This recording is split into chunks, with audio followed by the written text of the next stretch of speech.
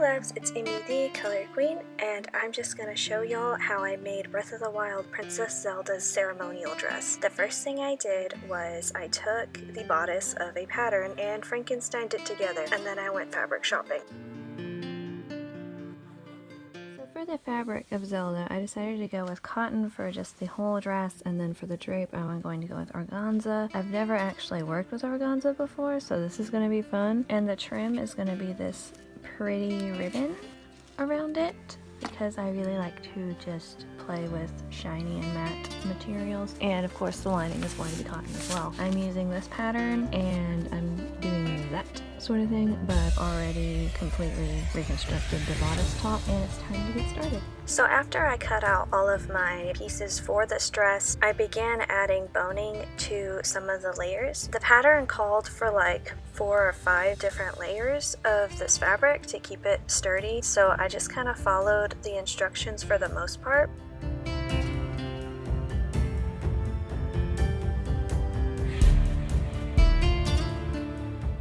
Adding the boning was a little bit tricky. I ended up sewing the top and the very bottom of it, as I'm pointing here, and then just really pressing it down using my iron.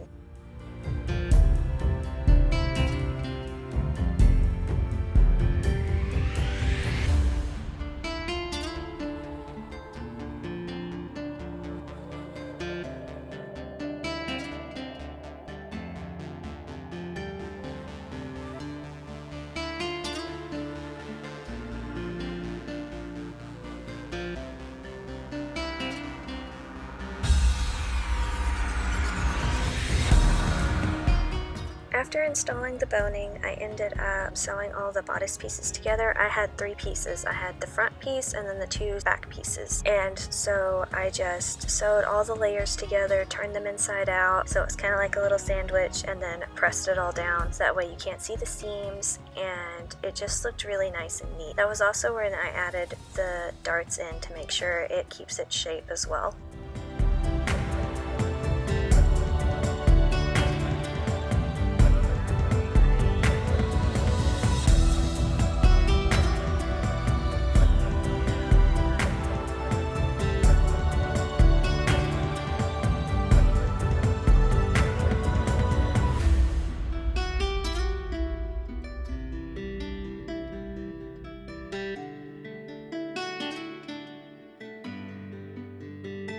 And now the bodice is done, kinda. I went back and top stitched it to make it even more neat.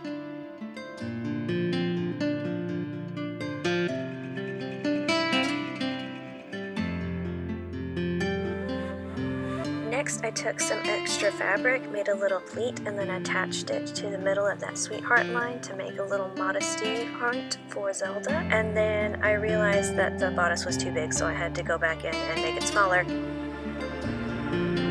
And then after I did that, I started work on the drape that's all around her costume. Organza is not fun. A 0 out of 10 recommend. I did not enjoy it at all. I really should have been using my walking foot, but did I do that? No, as you can see, I did not. So in order to make the organza look nice and neat, I folded the ribbon around the edge, kind of like bias tape, but not really, and I very carefully sewed it all together. It was painstaking and I do not recommend this. But then again, it was also like super pretty and kind of princess-like, and that's what I was going for. I was going for like a creamy princess, shimmery / matte look with it. So would I do this again? Probably. Definitely with the right materials.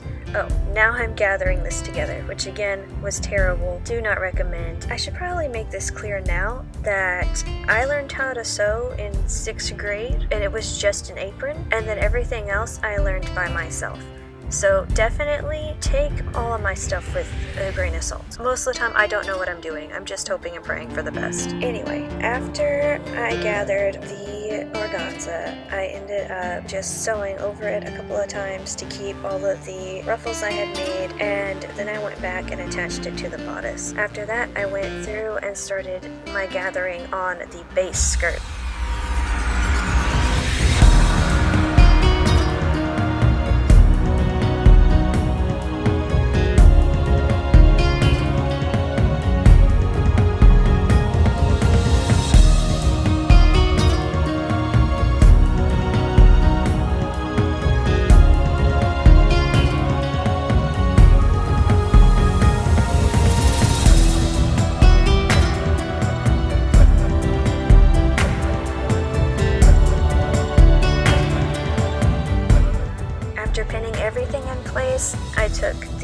delicate job of just sewing every single thing together to make it that one full dress. Then after that, I just sewed up the back, added the zipper, and then I felt pretty good.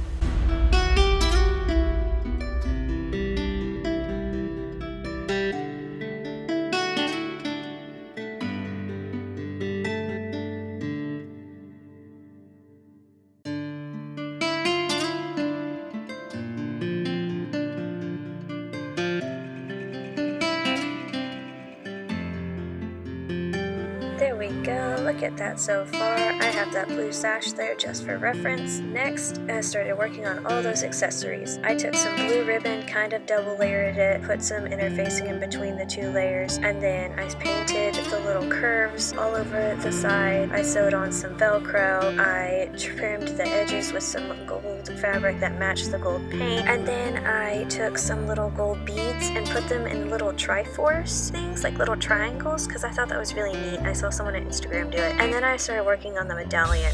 I basically just took mini circles of craft foam, put some cotton or like polyfill inside so that way it gave it more dimension, and then I put some of the blue ribbon inside of the Triforce to make it look like a gem without using resin or anything like that, because I still haven't used resin. And then I painted it gold, put some Mod Podge on it, and then I glued it to the belt or sash or whatever.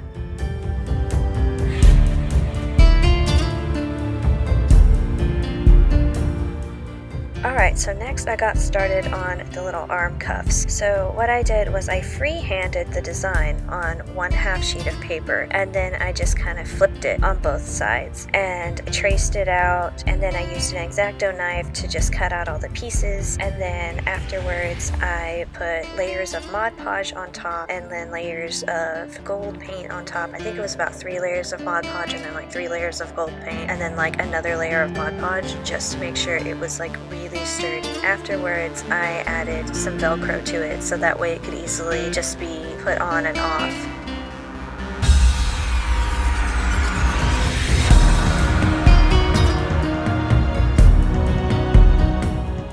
Next, I basically did the exact same thing for the necklace as I did for the cuffs. I drew it out, I cut it out with the X-Acto knife, I painted with the Mod Podge, and then added a gold chain.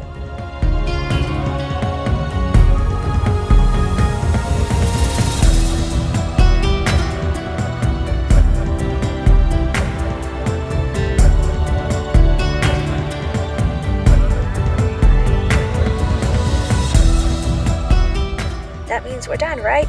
Wrong. After I wore it out on Halloween, I realized that I needed to fix a couple of things. So the first thing I did was I actually went back and sewed all the tiny little Triforces onto the sash, because by the end of the night of Halloween, the beads had completely fallen off my sash. So I went back and just sewed it all on the way it looks. I think it looks so much neater and so much cleaner, and honestly, I should have done that in the first place. In this clip specifically, it shows half of it with it glued and the other half with it completely sewn down. That's what I'm kind of pointing at here. It's a little unclear, sorry. And then I realized that my skirt was actually a little too sheer, and I didn't really like the way it was cut on me. So what I did was I took that base skirt, cut it in half, and then added another layer to it that was completely pleated and all the way down. And I felt like it looked more like the actual dress.